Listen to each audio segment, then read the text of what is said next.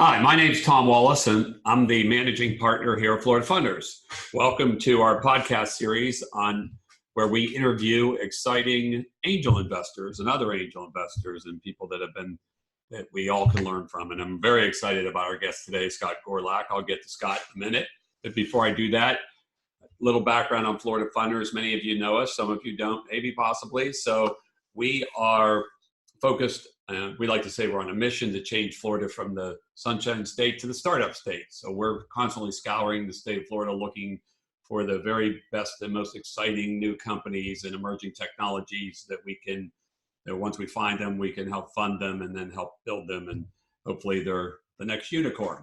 So we like to say we're on a mission to change Florida into a state as known for technology and innovation as we are today for tourism and oranges or strawberries, pick your fruit. So what we really believe at Florida Funders is we have a tremendous opportunity in the state of Florida because we're uniquely positioned in a couple ways, one of which is we're the third largest state in terms of accredited investors, only behind California and New York. But unlike California, and to a certain extent New York, most of our accredited investors did not make their wealth in technology. They made it in real estate or construction or restaurants or hospitality or healthcare, whatever. So they're not as prone to invest in early stage tech companies. So kind of one of our goals is to activate investors and to expose these accredited investors to the tremendous opportunity that angel investing presents when it's done properly. And that's really the purpose of this series. So we've been at this about 3 years. We've funded roughly 30 companies. We've invested $20 million in those 30 companies. Our average check size today is about $1 million. So we keep moving up in that regard. Largest raise we've done is $4.2 million for an exciting company called Trash Butler. And we have roughly 1,300 investors on our platform. So that's a little bit about Florida Funders. At this point, I'm going to introduce Scott Gorlick. Scott Gorlick, and Scott has been active with Florida Funders for some time. He's an investor, a partner. He's got a really interesting background. And Scott, thank you for joining us. And why don't you introduce yourself and tell us about your background? Tom, thanks so much for having me. It's a joy to be here and excited to chat with you guys. So I grew up in South Florida, outside Fort Lauderdale, in a town called Weston. And over the last, 8 or so years, I've been involved in the technology field. I started off out of school working at Deloitte Consulting, and then within a year had the opportunity to join the very early team at Uber, launching Uber in Atlanta, our 10th city. Spent 6 years at Uber, and then moved back to the East Coast last summer to spend more time on investing and advising great startups. So it's been an honor and a privilege to work with you guys so far in Florida. Oh, well, our honor. We're so excited to have you involved in Florida Funders. So before we get to the angel investing side, 6 years at Uber. So when you started at Uber, how many employees were there? So there were about 100 employees. And when you left, how many were there? So there were probably about 25,000 at the time. So during my time at Uber, just to put it in perspective, we went from 10 cities to more than 500 cities in more than 70 countries. And we went from like 100 employees to more than 25,000. So it was a crazy wild ride. And, it was the ride of my life so far. Wow, I can only imagine. So I have to ask you, with that incredible ride, lessons learned. What did you leave Uber with in terms of the lessons you learned about being part of a growing unicorn, one of the most famous unicorns on the planet today, I might add? Yeah, so in terms of things I learned at Uber, first off, the team is everything. When you're in a high growth startup, your team becomes your family, and you're going to battle with them in the trenches every day to build the business and show the world that it can operate in a different way. So for Uber, we were trying to provide transportation, reliables, running water everywhere for everyone. And having an incredibly passionate team dedicated to that mission was unbelievable in terms of moving mountains. I think second, it's really important to have passion for what you're doing. And that's something I learned at Uber. If you have passion for what you're doing, it really doesn't feel like you're working. And for me, like, I was lucky to have years at Uber where it just didn't feel like work. It was somewhere where I showed up and got to hang out with all my friends and work on something really important. I think other lessons that kind of stood out from my time at Uber is communication across the company is just so important, especially when you go from 100 people to more than 25,000. In the early days, sort of when we were just starting out, everything was super scrappy. We were constantly outgrowing sort of the processes we had built the week before. And, by having good partnerships with ops and engineering and product and legal, we were able to build some amazing tools that made it easier to grow the business. I think from a culture perspective, it's no secret that 2017 was incredibly rough for the company. Up until that point, Uber had just grown really quickly. But, the analogy I always use is we were an 8-year-old company in a 60-year-old company's body. We had really sort of optimized for growth and scale at the expense of our culture. A lot of things were broken, and it was a really tough year. And while it was a really tough time for us, I've seen a lot of change at Uber over the last 2 years since Dara took the reins, and I'm so encouraged by the progress. I think that, we've got ways to go, but the team is incredibly resilient. And I think Dara is doing a great job of taking Uber to the next level. I think the future for Uber is incredibly bright. That's exciting. A couple things I heard you say. It's all about the team, having passion for what you do, and communications. And I think that dovetails into angel investing, and we'll get to that in a second. I have to admit something. When I first heard of the idea for Uber and somebody told me I'm going to be getting into strangers' cars to drive me to places, I was like, I don't think so. That's the stupidest thing I ever heard. So it shows you what I know. I think that there's this notion of like, you're looking in investing, the good ideas are ideas that sound like really bad ideas, right? So getting into cars with strangers, or, Airbnb, you're staying at the home of a stranger. These were things that, growing up, you were told never to do these things, and now they're fairly normal. So I think it's a concept of timing. It's a concept of society and where we are. And it's just a concept of being like, hey, like maybe if we give this another look, maybe this bad idea is actually a really good idea. Yeah, exactly. And when you add technology in there and make this really easy to use app, and you can watch the cars, and I couldn't see it. I didn't see that one coming, but no, it's incredible. One quick last question about Uber. Were you surprised Uber's IPO, a lot better than WeWork's, obviously, but the stock, I think, is down 30% off the IPO. Are you surprised by that? It's just become so ubiquitous. Everybody uses it almost everywhere in the world. And I'm just curious your thoughts on that. Yeah, look, I'm not a Wall Street guy. I like the stock market. I think it's really interesting. And I think that, Wall Street has chosen to sort of prioritize profitability over growth at this point, for a lot of these unicorns that are coming out. Certainly if you look at the stock chart and where it's gone, this isn't certainly what Uber had planned for its IPO.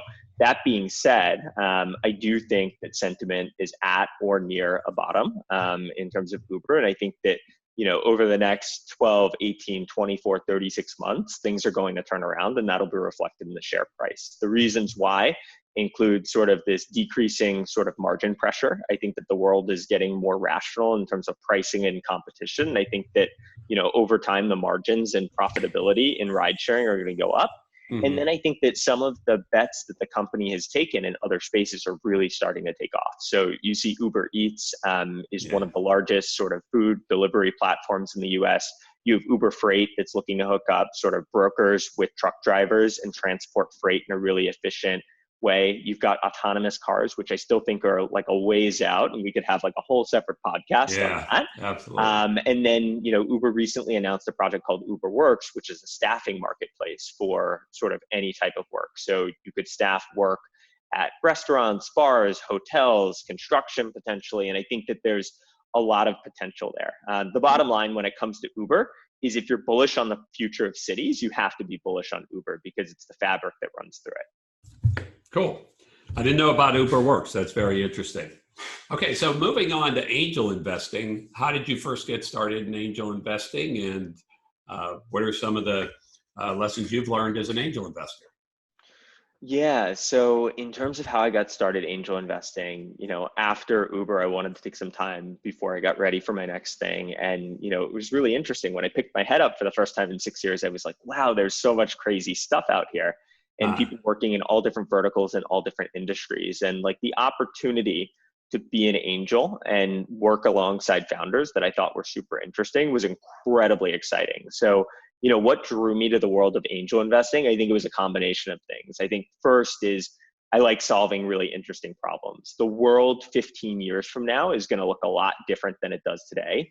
And a lot of that progress is sort of going to be driven by hard charging entrepreneurs that create these companies that we can't even think of right now. And as an angel investor, I can invest in and advise the companies that I think are going after some of the biggest opportunities. Second, I like helping people build companies. For me, like working side by side with people to scale their businesses and their dreams has always been fun for me.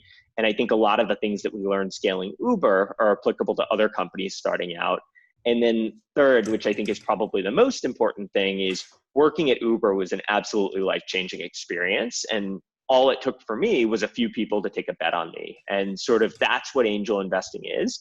And there are a lot of amazing founders out there, and all it really takes is someone to believe in them. That's great. That's great. We say at Florida Funders, what could be more fun than working with young, talented, smart, hardworking people who are trying to change the world? Yeah, Yes. I couldn't agree more. Yeah. So, and helping them realize their dreams. So you alluded to getting involved in the company you angel invest in. Tell us a little bit about that. How do you get involved all the time, or sometimes just passive? And when you get involved, how do you like to get involved? Yeah, so it's a mixture of things. I love to be as involved as the founder wants me. I know that I am not running that business and the founder knows their business best, but I always make myself available. If there is a text, a phone call, an email, an introduction to a potential customer that I can make, I'm happy to do it. Or if the founder just needs to talk to somebody about something that they're going through, I want to be that first call and I want to be there for them because I know this stuff is really freaking hard. And being able to be the person on the other end of the line is incredible. And you're with them through the ups and the downs. So, I just got a text from a founder a few minutes before we jumped on. He was like, I just closed my next round. And I'm like, oh my gosh. And he's like, but I have to do all this legal stuff. So can we push our call tomorrow? I'm like, absolutely. Congratulations. Let's talk later. So it's being able to help them, when they're really high and then also when they're really low and help them see the forest from the trees a little bit. Startups are a really hard, high stakes game. And we need to do everything that we can to support our founders. Wow, that is so true. One of our other investors, Zach Coolius, when I interviewed him, he said, being a founder of a startup is like getting punched in the face every day.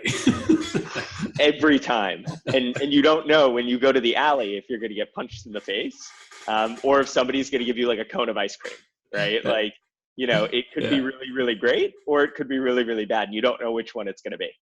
Well, a lot of our partners here at Florida Funders, most of us are ex-entrepreneurs, and so we've kind of lived fought the battles. And but going back to Scott for a second, he was a very, very active angel investor. I said, Scott, are you ever going to do another startup? And he says, yeah, I kind of miss getting punched in the face every day, some weird way. This was Zach? Yeah, Zach Goliath. Yeah. So, okay, so. Let's talk about as you get involved in you find a deal, you get involved. Talk about valuations. What do you see out there right now in valuations? And I know you do some investing outside of Florida too. So I'd be curious any anecdote you have or insight into valuations, how they are different from Florida to New York to maybe California. That sort of thing. Yeah, so I think there is so much going on with valuations right now. If you're on the coast, I think the valuations tend to be higher in New York and California, just as a general rule. But that doesn't necessarily mean that the best companies are being created there. The best companies, you will want to get in their seed round at any price, whether it's a 5 cap, an 8 cap, or a 10 cap, or a 15 cap. If it goes to $15 billion, you're not going to be arguing that it was like, oh crap, it was $10 million and I only got that multiple. So, I think at the earliest stages, you don't have to be as sensitive on price, but I do see things getting frothy in certain deals where, you see a company that has nothing and they're just raising like 2 on 20. And that's a wild round for nothing that's been built yet. And I think that there needs to be sort of a measuring stick stuck to that in a different way. So, I think that generally in the earliest stages, valuations are are okay to be a little bit flexible on price, but at the same time, you need to protect your ownership percentage from a fund perspective. Yeah. One of the things that we see in Florida a lot, we do a lot of convertible notes, but there's typically a cap. Yeah. Some of the stuff we've seen out of the Valley, they use safes a lot more. And sometimes there's not a cap. And to me, that's very founder friendly, but as an investor, I'm not so sure I like that. But luckily, we don't see that here in Florida a lot. Uncapped safes are wild. Yeah. Yeah.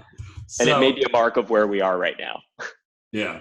Well, there's a lot of money out there, and especially in California and maybe Boston and New York. I don't know if you know the numbers on this, but roughly, I think it was 2018, 130 billion invested in venture capital in the United States. High water mark had to go all the way back to 99. That record stood since 99. 60% of that venture capital was invested in San Francisco, Silicon Valley.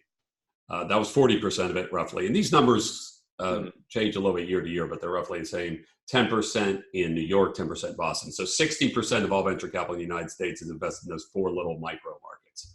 So that's something we're working on changing in Florida, and something that at Florida Funders, we hope to help our companies, our portfolio companies, raise that next. We get in early, help them raise that Series A, 10, 20 million, their next round. So that's something we're focused on. Talk about due diligence and founders, and what do you look for? Why do you pass on this deal and invest in this deal? Help me with that process. In terms of what I look for in terms of due diligence in an investment, it really just depends on the stage. At the earliest stage, it's all about the founder and the market. So for me, the best founders are those that have ideas all the time. They're going after a huge market. I think they're solving real problems as opposed to just having a big idea. I think they have to be resilient. They can't be easily rattled. They have to be really focused. I think at the earliest stage, they have to be able to show a capacity to improve quickly. If you're looking at founders in the seed round and expecting them to be Mark Zuckerberg or Brian Chesky from Airbnb, you'll never invest in anything. So if I see a founder that's sort of rapidly improving, that's sort of when I pay attention. At the earliest stage, you also need communication skills and evangelism. The best founders can communicate with their teams well. They can sell to customers. They can talk to investors. You're sort of like that jack of all trades. And then the last two things I look at are execution speed. Everything in a startup is hyper speed. And if you're not moving fast and iterating and figuring out what's working and what's not working and experimenting, you're not going to build something that customers really want. And then the last thing, and this is controversial, whether it matters or not, is founder market fit. Is this the right company for this founder to start? What gives them the unfair advantage in the space? So these are sort of areas that I look for when I'm investing and evaluating a founder at the earliest stage. As you get into later stage in the growth round, it's more about the business and the metrics and the margin. Yeah, once they have some traction, you're looking more at those early customers, how far along the product is, and then can they scale it, right? Totally. And do you look at on the founder side? Do you have to like them? Do you care about that? I do. I want to work with founders that I'd have fun getting into trouble with. I can't remember who said that, but I know I've heard it on from a VC in Silicon Valley. And for me, if I was starting the next Uber and working with that, I would want people that would want to go down into the trenches for me. We're at a time where money is really easy. So I think being a partner that can roll up your sleeves and get dirty and figure out how to solve these really hard business problems is really engaging and important for an entrepreneur. And then I think, lastly, it's just really fun. If you're going to be spending, the next 5-10 years on and off with somebody working on their company and their vision, it's somebody that you want to have over for dinner. You want to have, a relationship with them. And I think that's super important. Yeah, no, that's good. So can you give us some examples of maybe, you and I were talking before we got online here, and we were both talking about investment we missed, maybe some of your misses, and maybe some of your favorite investments, preferably portfolio companies of Florida Funders, or one or two. It doesn't have to be a lot. Yeah. So I think with venture, it's definitely a long game, and you never know who your winners are. Sometimes 2 or 3 years in, you'll have a good indication of how things are doing. But long term, you hope that this proves out.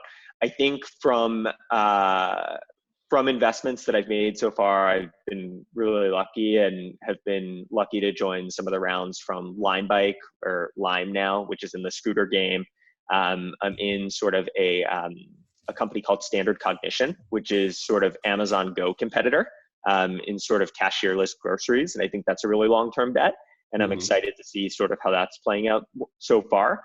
And then, the company that I'm invested in with you guys so far is Pickup, and have been really impressed with Brenda and the team and what they're doing. Mm-hmm. And Mrs.? How about Mrs.?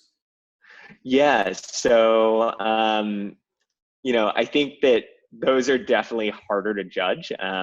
I've definitely had some rounds where I've been, like, man, I wish I got in there, but it's still too early to know what my big misses are.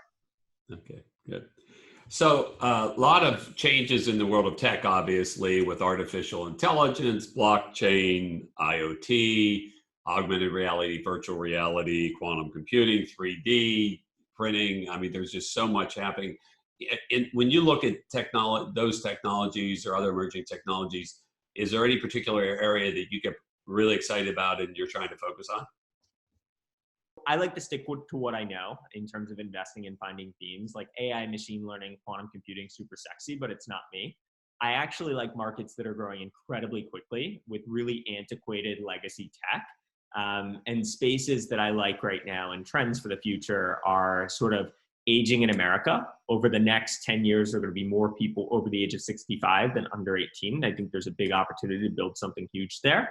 I like direct-to-consumer brands like Allbirds, Roman. I think that Shopify has made it so incredibly easy to spin things up at low cost, and I've been incredibly encouraged by all the new companies and brands that are being built there. I like future of work. I think that the future of work is remote. I think it's project-based. I think careers are dead. And I think that there's an opportunity to build some really interesting labor marketplaces sort of across the board in different industries. And then lastly, the area that I'm spending a lot of time looking into is sort of automotive, the entire supply chain. So everything from consumers that are looking to buy a car or auto repair service, to dealers, mechanics, auto repair shops, body shops, to the actual parts suppliers. I think that it's very legacy, it's very old, and pretty unsexy. And I think there's an opportunity to build something interesting there. So looking to talk to founders. Interesting. Are you a car guy? I'm not a car guy, so to speak, but I think being at Uber was definitely a mobility thing. Really interested in the future of transportation and mobility in cars. Cool. Scott, this has been great. I can't thank you enough. I know our audience is going to love all the stories and anecdotes and wisdom that you've shared with us. So thank you for being on Florida Funders Investment Podcast. And I look forward to doing more investing with you.